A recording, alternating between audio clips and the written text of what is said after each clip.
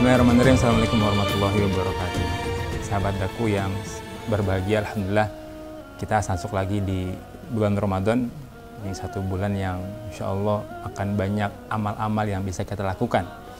Dan kesempatan kali ini saya Rizky Aminullah akan bersamai sahabat daku semua untuk mengisi waktu lebih kurang 7 menit ya.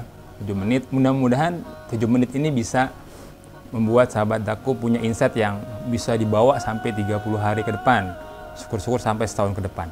Apa itu? Kita tahu bahwa Ramadan adalah bulan di mana kemudian aktivitasnya padat nih. Dan kita meyakini Rasulullah SAW juga nggak ngisi Ramadan dengan tidur. Ya, kalau ngisi Ramadan dengan tidur mah kayaknya nggak terlalu spesial begitu. Nah, dan isyarat untuk persiapan Ramadan itu sudah Rasulullah SAW kemudian sampaikan 2 bulan sebelum masuk bulan Ramadan. Allahumma barik lana fi Rajab wa Saban wa balikna Ramadan. Jadi isyarat untuk kita persiapan ya menghadapi bulan Ramadan itu 2 bulan persiapannya. Nah, qadarullah nih 2 bulan yang lalu kita udah nyiapin apa-apa gitu ya. Lalu bagaimana cara kita tetap bisa perform di bulan Ramadan? Nah, seringnya kita sahabat daku yang sama-sama Allah muliakan mengisi Ramadan itu seminggu pertamanya masa adaptasi. Ngapain tuh ya, layer-layer kebanyakan ya, goleran gitu kan. Karena kan apalagi sekolah, pemerintah kemudian menerapkan libur awal Ramadan. Wah, udah tuh habis subuh main petasan gitu ya bagi anak yang muda. Bapak-bapaknya ngapain? Bapak-bapaknya ngomelin anaknya misalkan begitu ya. Nah, nanti ketemu jelang-jelang duha ngantuk tidur. Jam-jam 10 nonton TV sambil rebahan, begitu. Nah, itu kurang produktif. Rasulullah SAW mengajarkan kepada kita bagaimana Ramadan itu bisa tetap semangat dan bisa mengejar banyak kegiatan yang produktif. Oleh karenanya, kita perlu mengatur tips bagaimana agar tubuh kita itu bisa tetap sehat dan bugar selama Ramadan. Nah, kenapa harus ada tambah-tambahan bugar? Karena sehat saja tidak cukup. Kita sehat tapi ternyata kurang bugar. Indikatornya apa? Berapa banyak aktivitas yang bisa sahabat daku semua kerjakan dalam 1 hari tanpa capek, itulah bugar. Kalau cuma 2 kegiatan udah capek, nah ini tingkat kebugarannya perlu ditambah. Lebih kurang ada 3 hal yang perlu kita siapin. 3 ya. Yang pertama, pola makan yang sesuai kebutuhan. Sesuai kebutuhan ya, bukan sesuai kemampuan atau sesuai kemauan kita.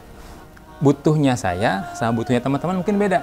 Ya, sama butuhnya saya sebutin di sini ada beberapa orang nih, kameramen ya. Ada yang badannya mungkin butuh banyak makanan, ya banyakin gitu, nggak apa-apa. Yang dengan sedikit sudah kenyang, ya sedikit aja begitu ya. Tapi ingat bahwa kita perlu memformulasikan asupan makanan kita. Jangan semuanya karbo, jangan semuanya protein, jangan semuanya lemak, apalagi semuanya gula gitu ya. Atur nih, mana karbohidrat, mana protein, mana lemak, mana garam, dan mana air. Ya, mana air mineral ya, bukan Thai tea, bukan teh manis gitu ya, tapi air mineral yang memang dia bisa buat cleansing apa yang sudah kita makan. Itu yang pertama. Yang kedua, biasanya kita, mohon maaf, dalam konteks mengkonsumsi tadi, kita kadang overkonsumsi pada saat berbuka puasa. Nah, jadi pastikan nanti ketika berbuka puasa, itu pun diatur. Ya, ritme makannya jangan overkonsumsi, karena dia akan membuat ibadah kita pada saat malam gak optimal. Ngantuk. Kenapa ngantuk? Karena kita mengkonsumsi banyak gula ketika berbuka. Nah, gulanya diproduksi dan dia kemudian mulai terurai 2 jam setelah kita makan. Maka kalau kita makan jam 6, jam 8 nguap tuh. Pas lagi sholat taraweh. Wow gitu kan. Banyak nguapnya. Ya wajar karena kita overkonsumsi pada saat kita berbuka. Itu yang pertama. Jadi kita berharap dengan kita memperhatikan pola makan, ya tubuh kita bisa perform di aktivitas malam atau aktivitas ketika setelah sahur. Yang kedua adalah olahraga secara teratur. Olahraga itu bukan cuma sekedar bergerak, nyuci kan juga bergerak ya. Kadang ibu-ibu begitu tuh, Ustaz saya sudah olahraga ngapain, nyapu, ngepel, mohon maaf Bu, itu bukan olahraga ya, itu mah hobi ya, hobi. hobinya nyapu, hobinya ngepel.